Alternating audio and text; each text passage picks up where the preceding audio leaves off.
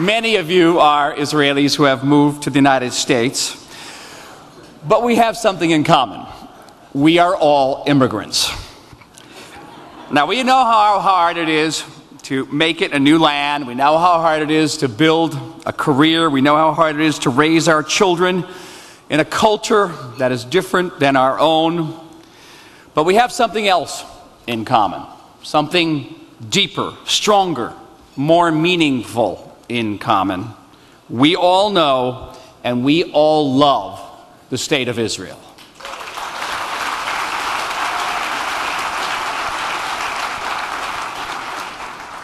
We know that the Israel we see on the news or condemned in the UN is not the Israel that we know and that we love.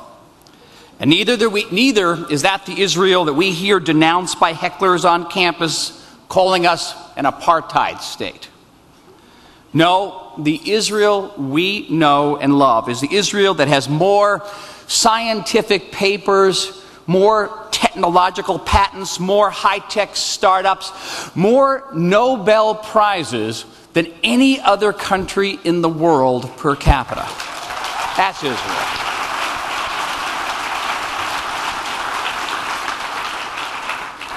We are the country that just last year was admitted into the Organization of Economic Cooperation and Development, making Israel's economy one of the world's leaders with the 5th highest growth rate. We are the country that has a proud citizens' army, an army bigger than the armies of France and Britain combined, an army that stands up to terror, but not only that, an army that helps absorb immigrants from Ethiopia, and an army that aids earthquake victims in Haiti. Israel is the country that has made painful sacrifices for peace with its Egyptian and Jordanian neighbors, and which stands ready to make them again in return for a genuine and permanent peace with our Palestinian neighbors. We're the country that assures equal rights for all of our citizens, that has Arabs in its Knesset and serving on its Supreme Court, the only Middle Eastern country that guarantees gay rights, and that has a growing rather than a shrinking Christian community.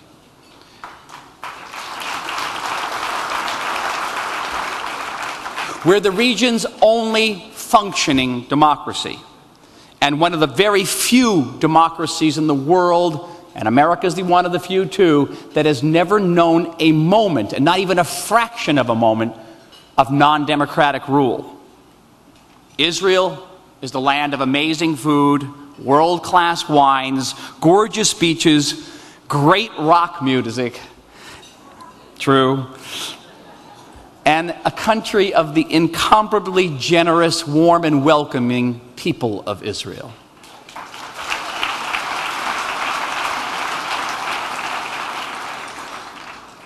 And Israel is America's staunchest ally.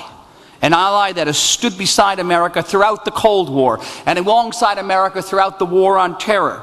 Israel that is always ready to share its intelligence, its technology, and its creativity with the United States of America. But the Israel we know and love faces challenges today, challenges and dangers every bit as daunting as those we faced back in 1947 and 1967 and 1973. We face the challenge of a peace process. Yes, we have this vision of living alongside the Palestinians in 2 states for 2 peoples in permanent and legitimate peace. But we know what happens when we withdrew from territory in Lebanon in 2000, in Gaza 2005. We didn't get peace. We got rockets rained on our cities, our towns, our farms. And we could face a situation if we withdrew from territory which is directly opposite our major population industrial centers. Right down the road from our one major airport, we could again face thousands of rockets on our towns and cities. We could face a situation where that future Palestinian state wouldn't recognize Israel as a legitimate homeland of the Jewish people, and the 2-state solution could become the 2-stage solution, in which the next stage would be Israel's dissolution. We face the danger of 50,000 rockets in the arsenal of Hezbollah in Lebanon, 10,000 in the arsenal of Hamas in Gaza. We face the danger of delegitimization, of people throughout the world striving to deny us the right not only to defend ourselves, but the right to define ourselves, the right to exist as a legitimate sovereign Jewish state in our homeland, the land of Israel. And we face an Iran that is almost weekly declaring its goal of wiping us off the map while industriously trying to acquire the nuclear means for doing so. Now, Israel is rising to all of these challenges. If and when that Palestinian state comes into being, we will insist that that Palestinian state be demilitarized, that it will not have rockets that will rain down on our neighborhood. It will not have an air force that can shoot down airliners taking off and landing at Ben Gurion Airport.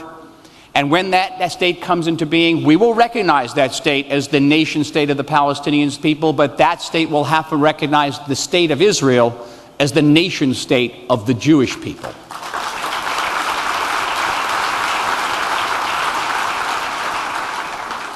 We're rising to the challenge of those rockets in Hezbollah and Hamas's arsenal by building the most advanced civil defense system in the world, by joining with the United States of America in developing the most advanced anti-ballistic system in the world, the Arrow 3, the Arrow 2, the David Sling and Iron Dome systems.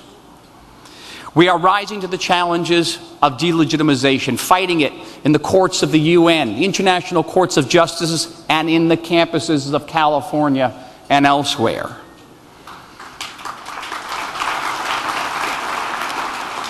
We have joined with the Obama administration and with like-minded governments throughout the world in imposing biting sanctions on Iran, and those sanctions have taken a bite out of the Iranian economy.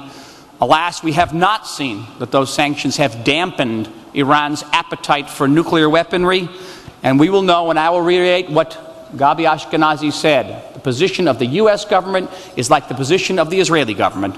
All options remain on the table.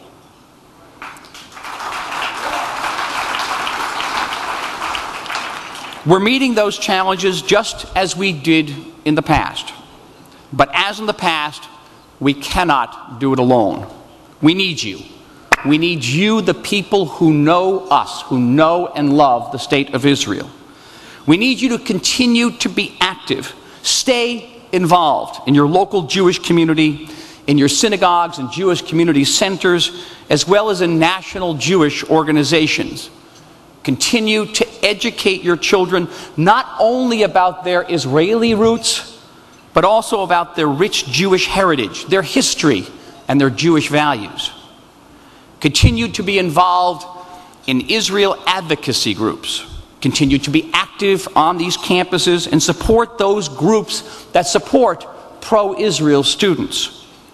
Support organizations that bring American Jews and non-Jews to Israel so that they too can experience the Israel that we know and love.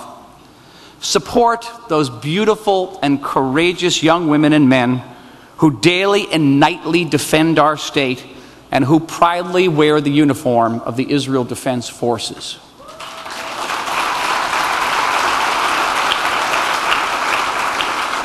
Be heard in the streets of your neighborhoods and in the halls of Congress. Let your voices be heard in the media. Write letters, write op-eds, explaining Israel's position and making Israel's case. Trust me, those articles, those letters, they count. Find a niche in which you personally can make a difference, whether it is in building ties between Israeli and American companies, sponsoring U.S.-Israel cultural nights, engaging other communities, the Latino community, the African-American community, and educating them about Israel. Join the fight against anti-Semitism and the fight to defend Israel's right to defend itself and Israel's right to exist as an independent Jewish state. Do not remain silent when Middle Eastern madmen threaten to wipe Israel off the map while secretly developing the weapons to do just that.